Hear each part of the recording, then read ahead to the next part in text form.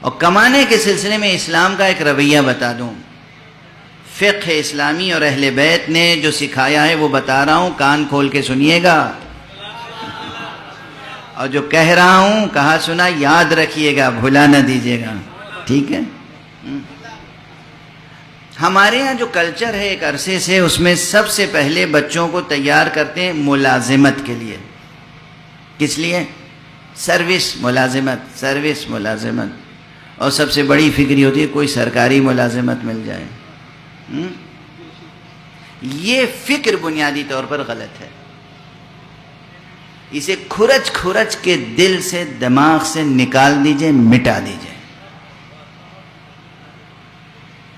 احادیث معصومین کی پڑھیے جو معاش کے سلسلے میں ہے،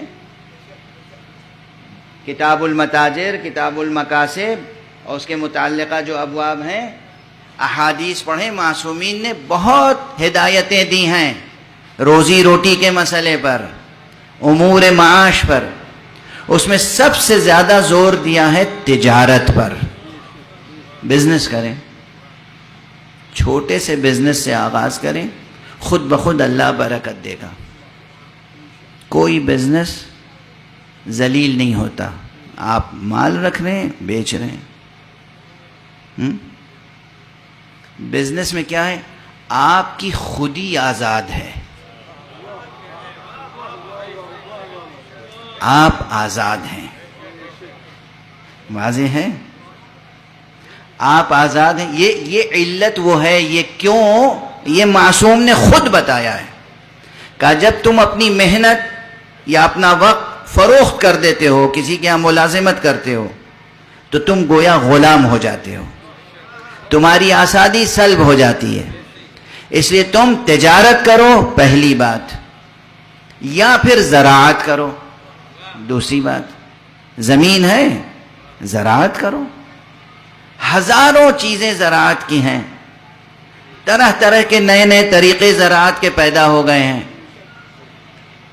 زراعت کریں، تجارت کریں. پھر صنعت ہے.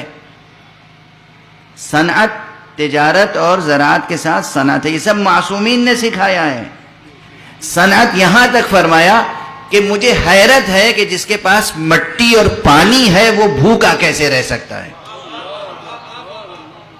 یعنی کچھ نہیں تو مٹی سے، پانی سے مٹی گوندھ کے کھلونے بنا کے بیچ سکتے ہو، مٹی کے برتن بنا کے بیچ سکتے ہو، مٹی سے نہ جانے کیا کیا کچھ بنا. یہ معصوم کا جملہ ہے، میرا جملہ نہیں ہے.